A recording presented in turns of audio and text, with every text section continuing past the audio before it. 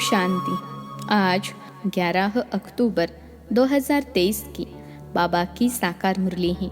मुरली के महावाक्य हैं, मीठे बच्चे, यह पढ़ाई बहुत सस्ती और सहज है। पद का आधार गरीबी व साहूकारी पर नहीं, पढ़ाई पर है। इसलिए पढ़ाई पर पूरा ध्यान दो। प्रश्न है, ज्ञानी तो आत्मा का पहला लक्षण कौन सा है? उत्तर है, वह सभी के साथ अति मीठा व्यवहार करेंगे। किसी से दोस्ती, किसी से दुश्मनी रखना, यह ज्ञानी तो आत्मा का लक्षण नहीं। बाप की श्रीमत है, बच्चे अति मीठा बनो, प्रैक्टिस करो। मैं आत्मा इस शरीर को चला रही हूँ, अब मुझे घर जाना है। गीत है, तू प्यार का सागर है। ओम शांति। बच्चों ने किसकी महिमा सुनी? निराकार बेहद के बाप की। वह ज्ञान का सागर ऊंचते ऊंच है, उनको ही ऊंचते ऊंच बाप कहा जाता है। परम शिक्षक अर्थात ज्ञान का सागर भी कहा जाता है। अभी तुम समझते हो, यह महिमा हमारे बाप की है, जिस द्वारा हम बच्चों की भी वही अवस्था होनी है। वह बड़े ते बड़ा बाप है, कोई साधु सन्यासी तो नहीं है। यह तो बेहद का बाप निराकार परम पिता परमात्मा है। तुम बच्चों की बुद्धि में है कि यह हमारा बेहद का माता पिता, पति आदि सब है। फिर भी वह नशा स्थायी नहीं रहता, घड़ी घड़ी बच्चों को भूल जाता है। यह तो ऊंच ते ऊंच और अति मीठे ते मीठा बाप है, जिसको सभी आधा कल्प याद करते हैं। लक्ष्मी नारायण को इतना याद नहीं करेंगे। भक्तों का भगवान एक ही निराकार है, उनको ही सब याद करते हैं। भल कोई लक्ष्मी नारायण को, कोई गणेश आदि को मानने वाले होंगे, फिर भी मुख से हे भगवान शब्द ही निकलेगा। हे परमात्मा अक्षर जरूर सबके मुख से निकलता है। आत्मा उनको याद करती है। जिस्मानी भक्त जिस्मानी चीज को याद करते हैं, तो भी आत्मा इतनी पिताव्रता है जो अपने बाप को जरूर याद करती है। दुख में झट आवाज निकलता है, हे परमात्मा। यह जरूर समझते हैं कि वह परमात्मा निराकार है, परंतु उनका महत्व नहीं जानते। अभी तुम महत्व को जानते हो कि वह तो अब हमारे सम्मुख आए हैं। वह है स्वर्ग का रचयिता, हमको सम्मुख पढ़ा रहे हैं। यह एक ही पढ़ाई है। वह जिस्मानी पढ़ाइयाँ तो भिन्न भिन्न प्रकार की होती हैं। कोई का मन पढ़ाई में नहीं लगता है तो छोड़ भी देते हैं। यहाँ इस पढ़ाई में पैसे आदि की कोई बात नहीं। वह गवर्नमेंट भी गरीबों को फ्री पढ़ाती है। यहाँ तो है ही मुफ्त में पढ़ाई, फीस कुछ भी नहीं। बाप को गरीब निवास कहा जाता है, गरीब ही पढ़ते हैं। यह है बहुत सहज और सस्ती पढ़ाई। मनुष्य अपने को इंश्योर भी करते हैं। यहाँ भी तुम इंश्योर करते हो, कहते हो बाबा आप हमें स्वर्ग में 21 जन्मों का एवजा देना। भक्ति मार्ग में ऐसे नहीं कहते कि हे परमपिता परमात्मा हमको 21 जन्म लिए वर्षा दो। यह तुम अभी जानते हो। हम डायरेक्ट अपने को इंश्योर करते हैं। यह तो हमेशा कहते हैं फल देने वाला ईश्वर है, सबको ईश्वर ही देते हैं। भल कोई भी साधु संत अथवा रिद्धि सिद्धि वाला हो, देने वाला सबको ईश्वर है। आत्मा कहेगी देने वाला ईश्वर है, दान पुण्य आदि करते हैं, फिर भी उसका फल देने वाला ईश्वर ही है। इस पढ़ाई में कोई खर्चा नहीं है। बाबा ने समझाया है, गरीब का भी इतना ही इंश्योर होता है। साहूकार लाख करेगा तो उनको लाख का मिलेगा। गरीब 1 रुपया करेंगे, साहूकार 5,000 करे तो भी एवजा दोनों को इक्वल यानी बराबर मिलना है। गरीबों के लिए बहुत सहज है, कोई फीस नहीं लगती। गरीब अथवा साहूकार दोनों बाप से वर्षा पाने का हकदार हैं। सारा मदार पढ़ाई पर है। गरीब अच्छा पढ़ते हैं तो उनका पद साहूकार से भी ऊंच हो जाता है। पढ़ाई ही कमाई है, बड़ी सस्ती और सहज पढ़ाई है। सिर्फ इस मनुष्य सृष्टि झाड़ के आदि मध्य अंत को जानना है, जिसको कोई भी मनुष्य मात्र जानता नहीं है। त्रिकालदर्शी कोई हो नहीं सकता। सब कह देते बेअंत हैं। समझते हैं मनुष्य सृष्टि का बीज परमात्मा है, यह उल्टा झाड़ है। फिर भी कह देते हम यथार्थ रीति नहीं जानते हैं। बरोबर यथार्थ तो बाप ही बताएंगे, जो नॉलेजफुल हैं।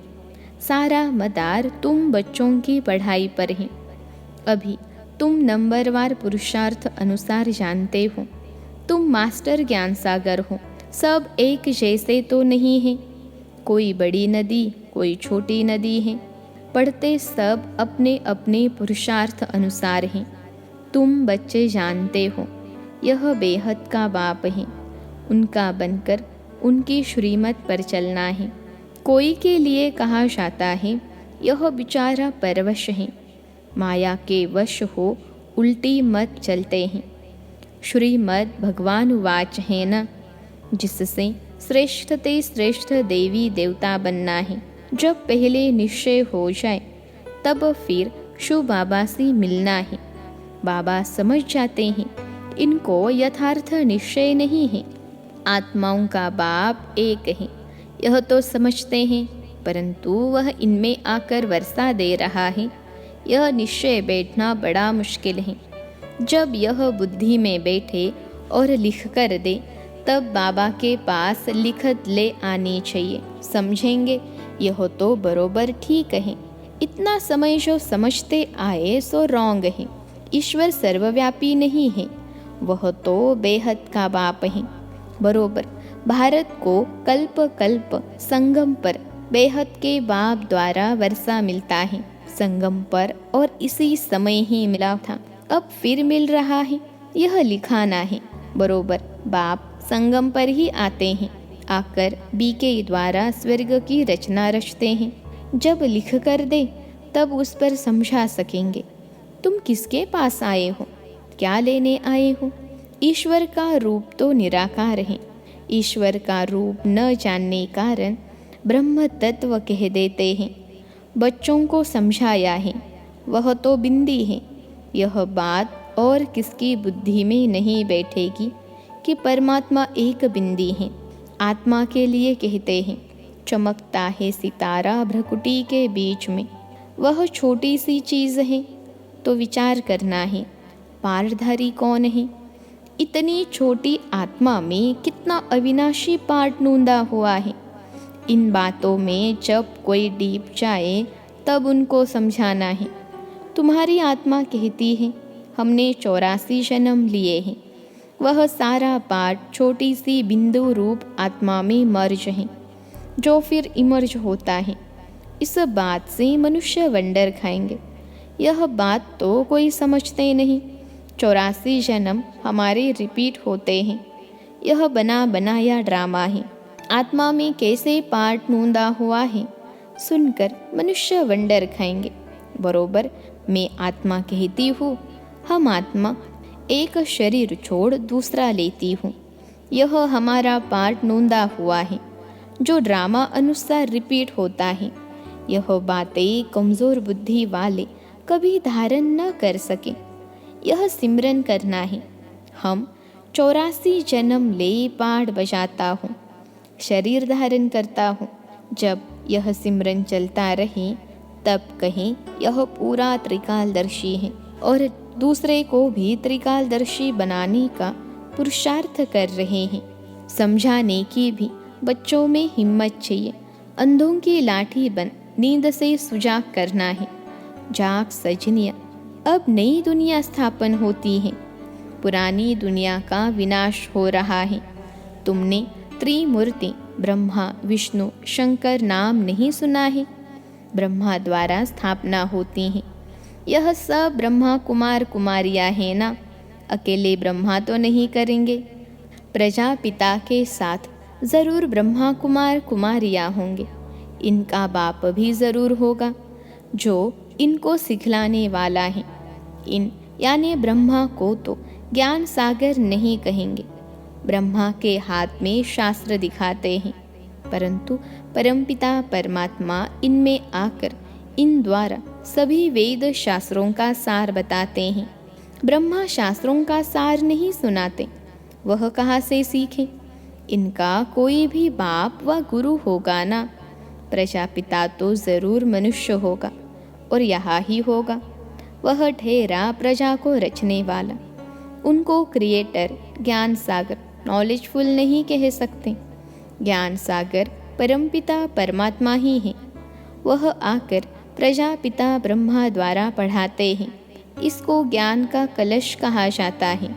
यह सारा मदार धारणा पर है। इंश्योर करो न करो यह तुम्हारे ऊपर है। बाबा तो बहुत अच्छी रीति इंश्योर करते हैं। इंश्योरेंस मैग्नेट हैं।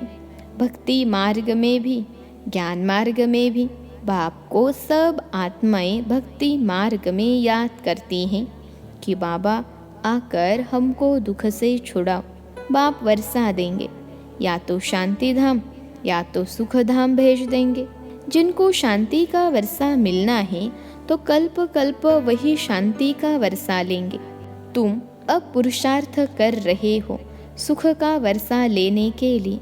इसमें पढ़ना है और फिर पढ़ाना है। जैसे बाप मीठे ते मीठा है, वैसे उनकी रचना भी मीठे से मीठी है। स्वर्ग कितना मीठा है। स्वर्ग नाम तो सब मुख से लेते रहते हैं। कोई भी मरता है तो कहते हैं स्वर्गवासी हुआ, तो ज़रूर नर्क में था, अब स्वर्ग में गया। जाता नहीं है तो भी कहते हैं तुमको लिखना चाहिए, ज़रूर हेल में था ना। यह हेल है, फिर उनको यहाँ मांगने की, खिलाने की क्यों कोशिश करते हैं? पितृ बुलाते हैं ना। आत्मा को बुलाया, यह है पितृ को बुलाना। तुम फिर सभी पितरों के बाप को बुलाते हो। सभी आत्माओं का बाप बैठ तुमको पढ़ाते हैं। तुम कितनी गुप्त सेना हो। शिव शक्तियाँ, शिव तो निराकार है ना। तुम शक्तियाँ हो उनके बच्चे। शक्ति आत्मा में आती है। मनुष्य जिस्मानी शक्ति दिखलाते हैं, तुम रूहानी शक्ति दिखलाते हो। तुम्हारा ही योग बल। योग रखने से तुम्हारी आत्मा पवित्र होती है। आत्मा में जौहर आता है। तुम्हारे में मम्मा की ज्ञान तलवार सबसे तीखी है। यह कोई स्थूल कटारी व तलवार की बात नहीं है। आत्मा को समझ है कि मेरे में ज्ञान शंख ध्वनि करने की अच्छी ताकत है। हम शंख ध्वनि कर सकते हैं। कोई कहते हैं मैं शंख ध्वनि नहीं कर सकती हूँ। बाप कहते हैं ज्ञान के शंख ध्वनि करने वाले मुझे अति प्रिय हैं। मेरा परिचय भी ज्ञान से देंगे ना। बेहद के बाप को याद करो। यह भी ज्ञान दिया ना। बाप को याद करना है।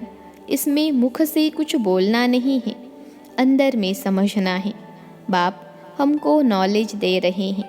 बाप कहते हैं तुमको वापिस चलना है, मुझे याद करो तो विकर्म विनाश होंगे। भगवान उवाच मन मना भव, तो ज़रूर वह निराकार होगा ना। साकार कैसे कहेंगे मुझे याद करो? निराकार ही कहते हैं हे आत्माएं मुझे याद करो, मैं तुम्हारा बाप हूँ। मुझे याद करेंगे तो अंतमति सो गति हो जाएगी। तुम आत्माएं इस शरीर द्वारा कहती हो कि जीव की आत्मा अपने बाप को याद करो। बाप भी आत्माओं को कहते हैं मन मना भव। तुम आत्माओं को हमारे पास ही आना है, देही अभिमानी होना है, अच्छी तरह से प्रैक्टिस करनी है। मैं आत्मा इस शरीर को चलाने वाली हूँ। अब मुझे वापिस बाप के पास जाना है। बाप कहते हैं चलते फिरते उठते बैठते मुझे याद करो। जो अशांति फैलाते हैं वह अपना पद भ्रष्ट करते हैं। इसमें तो बहुत बहुत मीठा बनना है। गीत भी है ना, इतना मीठा कितना प्यारा। शिव भोला भगवान, तुम भी उनके बच्चे भोले हो। फर्स्ट क्लास रास्ता बताते हो कि बाप को याद करो तो स्वर्ग के मालिक बनोगे। और कोई ऐसे सौदा दे न सके तो बाप को बहुत याद करना चाहिए। जिनसे इतना सुख मिलता है उनको ही याद करते हैं। पतित पावन आओ। आत्माएं पतित बनी हैं, उनके साथ शरीर भी पतित बना है। आत्मा और शरीर दोनों पतित बने हैं। वह लोग तो कह देते आत्मा निर्लेप है, पतित बन नहीं सकती, परंतु नहीं, एक परमपिता परमात्मा में ही कभी खाद नहीं पड़ती, बाकी तो सब में खाद पड़नी ही है। हर एक को सतो रजो तमो में आना ही है। यह सब पॉइंट्स धारण कर बहुत मीठा बनना चाहिए। ऐसे नहीं कि कोई से दुश्मनी कोई से दोस्ती, देह अभिमान में आकर यहाँ ही बैठ कोई से सर्विस लेना बहुत रॉन्ग है। अच्छा, मीठे मीठे सिखिलते बच्चों प्रति माता पिता बाप दादा का याद प्यार और गुड मॉर्निंग। रूहानी बाप की रूहानी बच्चों को नमस्ते। हम रूहानी बच्चों की सिखिलते रूहानी माता पिता बाप दादा को याद प्यार गुड मॉर्निंग और नमस्ते बाबा नमस्ते। धारणा के लिए मुख्य सार पहली पॉइंट है, ज्ञान का सिमरन कर त्रिकालदर्शी बनना और बनाना है। अंधों की लाठी बन उन्हें अज्ञान नींद से सुजाग करना है। दूसरी पॉइंट है, 21 जन्मों के लिए अपना सब कुछ इंश्योर करना है, साथ साथ ज्ञान की शंख ध्वनि करनी है। आज का वरदान है, अपनी जिम्मेवारियों के सब बोझ बाप को दे, सदा निश्चिंत रहने वाले सफलता संपन्न सेवाधारी भव। अपनी जिम्मेवारियों के सब बोझ बाप को दे, सदा निश्चिंत रहने वाले सफलता संपन्न सेवाधारी भव। विश्लेषण है, जो बच्चे जितना स्वयं हल्के रहते हैं उतना सेवा और स्वयं सदा ऊपर चढ़ते रहते, अर्थात उन्नति को पाते रहते। इसलिए सब जिम्मेवारियों के बोझ बाप को देकर स्वयं निष्फुरने रहो। किसी भी प्रकार के मैंपन का बोझ न हो, सिर्फ याद के नशे में रहो, बाप के साथ कंबाइंड रहो। तो जहाँ बाप है वहाँ सेवा तो स्वतः हुई पड़ी है। करन करावनहार करा रहा है तो हल्के भी रहेंगे और सफलता संपन्न भी बन जाएंगे। आज का स्लोगन है, बेहद ड्रामा के हर दृश्य को निश्चित जानकर सदा निश्चिंत रहो।